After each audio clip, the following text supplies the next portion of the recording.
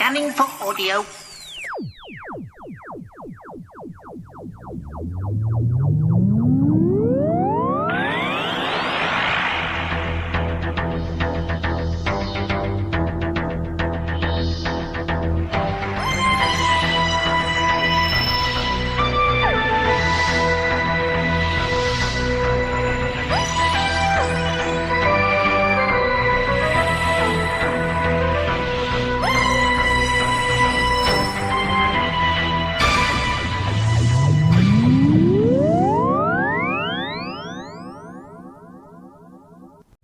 Scanning for audio. Hello and welcome to a Tin Dog podcast. This time I'm not talking about Doctor Who. I'm actually talking about something that's quite close to my heart. Something from the past. Something from about 30 years ago. Cast your minds back, those of us who can, to a time when Doctor Who wasn't on anymore. We had Voyager on TV.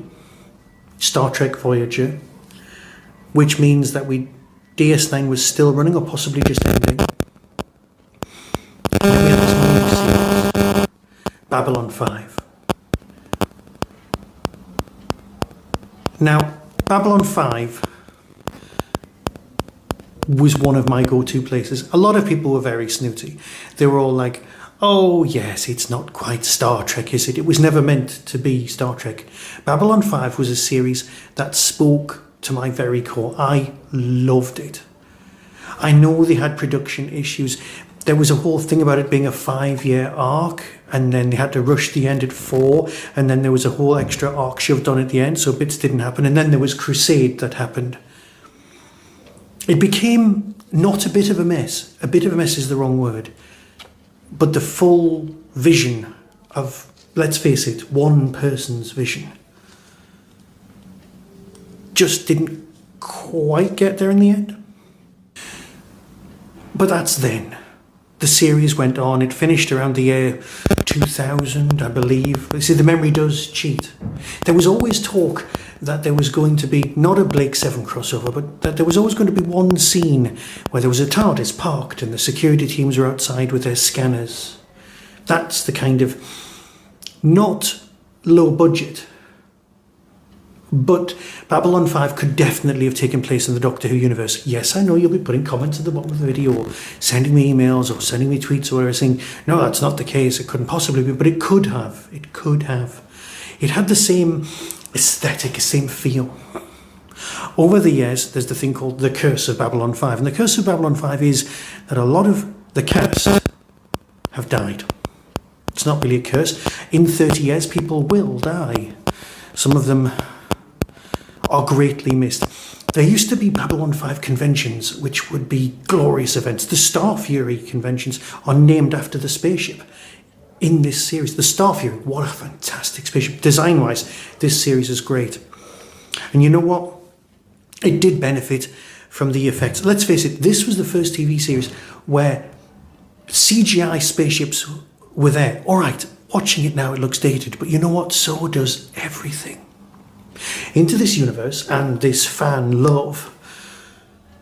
And yes, I'm aware there's flaws. I'm aware that Sahadum and Khazad-dûm and there's similarities with Lord of the Rings, but I'd not read Lord of the Rings. I'd not seen the films because they didn't exist and probably could never have existed. So similar storylines are fine.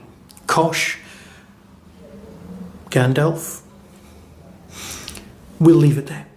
What I am saying is that I adored Babylon5. And as you know, my first degree is in animation. So I love animation. So when there's a new animated series comes out and it is Babylon5, I am on board. So I get the new one, Far From Home. I'm aware that some of the people have been recast. Some people are older, some people aren't available. The original Commander, Delenn, Jakar, some of the voices of the people who've been with us for a very, very long time just aren't available anymore. I'm fine with recasting because they have a performance that they rechannel, and when it's animation you can get someone who's very good at the voice and very good at recreating the soul of the performance. So you've got this Babylon 5 in your head, this memory cheats version of Babylon 5. You go, yeah, I love the spiders, is that what they were called? That kind of thing. Or, oh, Kosh was great, I didn't like him when he came back. Was it the same Kosh? I can't really remember. Is that Gandalf the White or Gandalf the Grey? All of these things are in your head, but it's moved on. You've moved on as fandom. You've had all of modern Doctor Who since. So what you need is a refresher course, and that's what this is. If there are more animated films, let's call them that, you're now brought back up to speed and you can go with it. There's mentions of certain characters already being dead, and you go, oh, yeah, I forgot. Yeah, of course. It all works. So let's break this down. The animated film is incredibly well made. But the reason that it's incredibly well made isn't just the artistry of the animators or the newfangled computers or anything like that.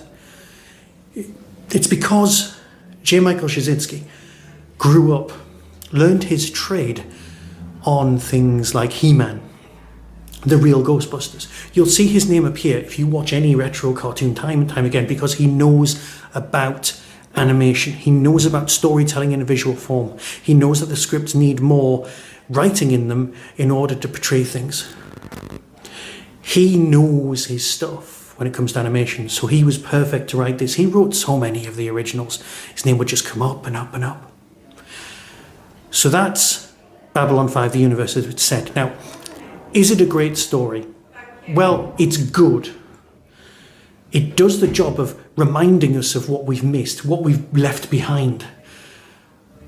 It's not brilliant because, and this is no fault of Babylon 5, we've had The Flash, we've had Spider-Man Multiverse, and we've had the other Marvel films, you know, the other Doctor Doom's trip round everywhere, as well as the What Ifs.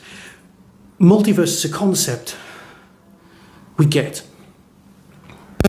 The only thing I've got that against this whole thing is there's a scene where Sheridan, who's falling through his own time in a kind of a here's the best of Babylon 5 kind of a way, he doesn't get to meet Kosh, and I think he should. How will it end? In fire. Superb.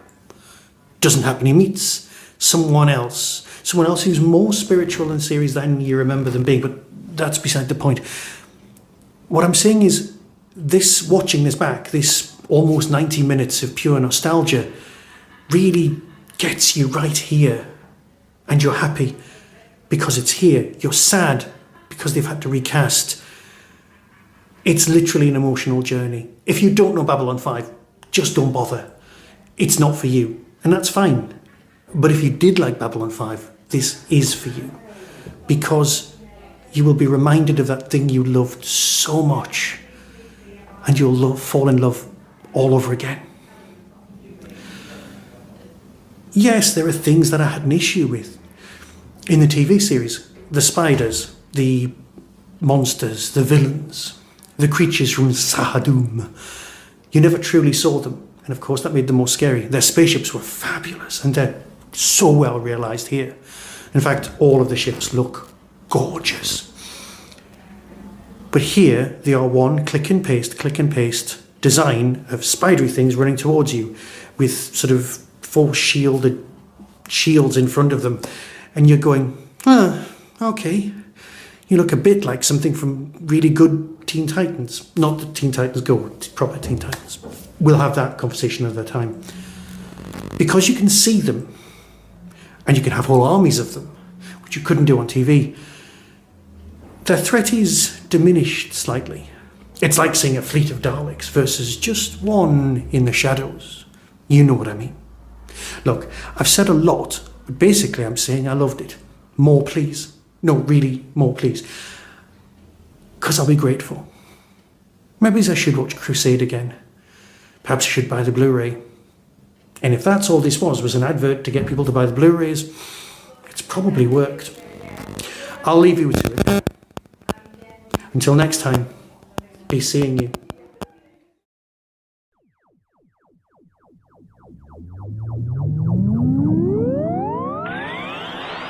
That was the Tin Dog Podcast. Everything discussed is the intellectual property of others. No infringement is intended.